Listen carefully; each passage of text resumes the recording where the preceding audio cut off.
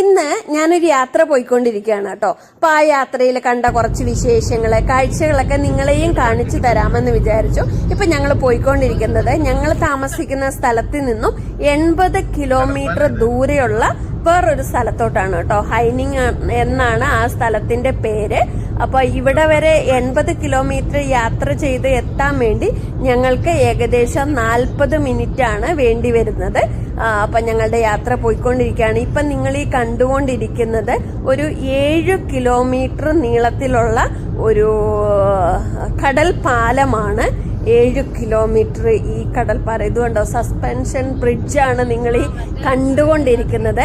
ഇതുപോലെ 45 കിലോമീറ്റർ ദൂരമുള്ള മറ്റൊരു പാലത്തിലൂടെ ഞാൻ യാത്ര ചെയ്തിരുന്നു. ശരിക്കും അത് ഒരു അത്ഭുതം പോലെ എനിക്ക് തോന്നി കേട്ടോ.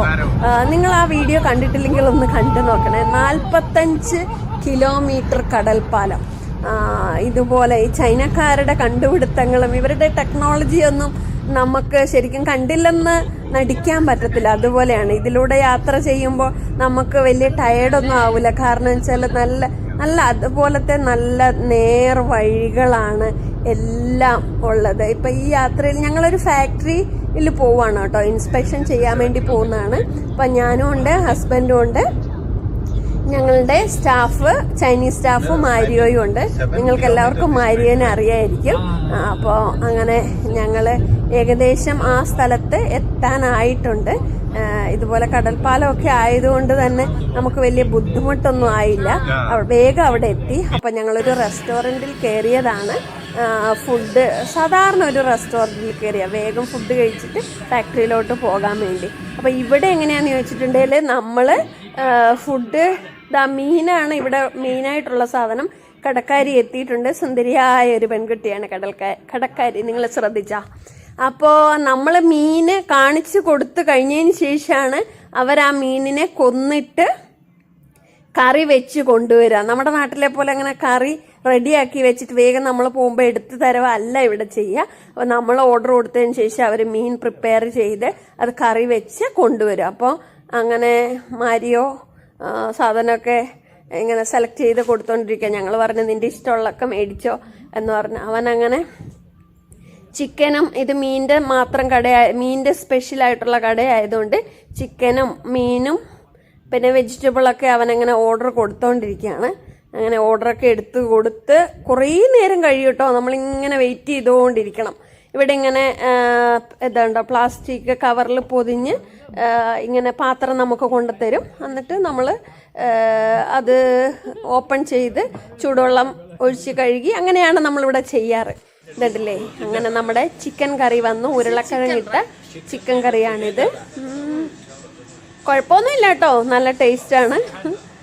അവനിങ്ങനെ ഈ കാണുന്ന ചെറിയ കോപ്പ പോലത്തെ ഇതില്ലേ, അതിനകത്താണ് കേട്ടോ ശരിക്കും അത്രയും ചോറ് ചൈനീസുകാർ കഴിക്കത്തുള്ളൂ.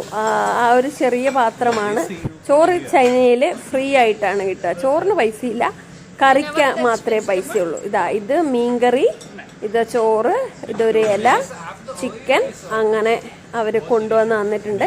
ചൈനീസ് ഫുഡുകളൊക്കെ എന്ന് പറഞ്ഞിട്ടുണ്ടെങ്കിൽ കുഴപ്പമൊന്നുമില്ല കേട്ടോ, ടേസ്റ്റിയൊക്കെ തന്നെയാണ്. നമുക്ക് കഴിക്കാൻ പറ്റുകയൊക്കെ ചെയ്യും. ഇലയൊക്കെ നോക്കിക്കേ, ഇങ്ങനെ വെറുതെ വെളുത്തുള്ളിയും ഇച്ചിരി ഉപ്പും മാത്രമേ ഇട്ടിട്ടുള്ളൂ. പക്ഷേ എന്താണെന്നറിയത്തില്ല, പക്ഷെ എന്നാലും ചൈനീസ് ഫുഡിന് നല്ല ടേസ്റ്റാണ്. പക്ഷെ ഇവർ അജിനമോട്ടയൊക്കെ കുറച്ച് ചേർക്കും കേട്ടോ.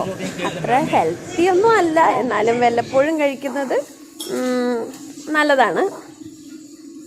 ചൈനീസ് റെസ്റ്റോറൻറ്റിൽ പോയിട്ടുണ്ടെങ്കിൽ നമുക്ക് ചോപ്സ്റ്റിക്ക് ഉപയോഗിക്കാൻ പറ്റത്തില്ല എന്നുണ്ടെങ്കിൽ ഭയങ്കര ബുദ്ധിമുട്ടായിരിക്കും കേട്ടോ.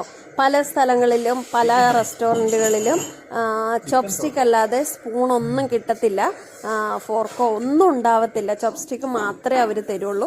അപ്പോൾ ചോപ്സ്റ്റിക്ക് കൊണ്ട് തന്നെ കഴിച്ചില്ലെങ്കിൽ നമുക്കതൊരു ഭയങ്കര ബുദ്ധിമുട്ട്. അല്ലാണ്ട് സ്പൂണും കൊണ്ടൊന്നും ഈ ചൈനീസ് ഫുഡ് കഴിക്കാനും പറ്റത്തില്ല കേട്ടോ. ഇതുകൊണ്ട് കഴിക്കുന്നത് ഭയങ്കര കംഫർട്ടബിളാണ് ചോപ്സ്റ്റിക്ക് ഉപയോഗിച്ച് കഴിക്കുന്നത്. ഇപ്പം ഞങ്ങൾ കുറേ വർഷങ്ങളായതുകൊണ്ട് നമുക്കിത് സ്പൂൺ കൊണ്ട് കഴിക്കുന്നത് പോലെ തന്നെയാണ് കേട്ടോ. നമുക്കതിൽ വലിയൊരു പ്രത്യേക പ്രശ്നമൊന്നുമില്ല. നമുക്ക് ഈസി ആയിട്ട് കഴിക്കാൻ വേണ്ടി പറ്റും. ഈവൻ ചോറൊക്കെ എന്ന് പറഞ്ഞിട്ടുണ്ടെങ്കിൽ ഇവിടുത്തെ ചോറ് കുറച്ച് സ്റ്റിക്കി റൈസാണ്, അതുകൊണ്ട് കുഴപ്പമില്ല. അങ്ങനെ ഞങ്ങൾ ഫുഡെല്ലാം കഴിച്ച് ഞങ്ങളിതാ ഫാക്ടറിയിൽ എത്തിയിട്ടുണ്ട്. ഇതാണ് കേട്ടോ ഫാക്ടറി ഒരു ഹ്യൂജ് ഫാക്ടറി തന്നെയാണ്. ഇവിടുത്തെ വിശേഷങ്ങൾ കുറേയുണ്ട്. അപ്പോൾ ഇത് മൊത്തം ഞാൻ ഈ ഒരു വീഡിയോയിൽ ഉൾപ്പെടുത്തുന്നില്ല. അടുത്ത വീഡിയോയിൽ ഈ ഫാക്ടറിയിൽ കണ്ട കാഴ്ചകളൊക്കെ ഞാൻ ഉൾപ്പെടുത്തുന്നതായിരിക്കും. അപ്പോൾ ഇതൊക്കെ ഇന്നത്തെ ചൈന വിശേഷങ്ങൾ. കൂടുതൽ ചൈന വിശേഷങ്ങൾക്കായി ചാനൽ സബ്സ്ക്രൈബ് ചെയ്യുക. ഇതുവരെയും സപ്പോർട്ട് ചെയ്ത എല്ലാവർക്കും ഒരുപാട് താങ്ക്സ് കേട്ടോ. അപ്പോൾ കൂടുതൽ വിശേഷങ്ങളൊക്കെ ആയിട്ട് നമുക്ക് അടുത്ത വീഡിയോയിൽ വീണ്ടും കാണാം. Thank you for watching.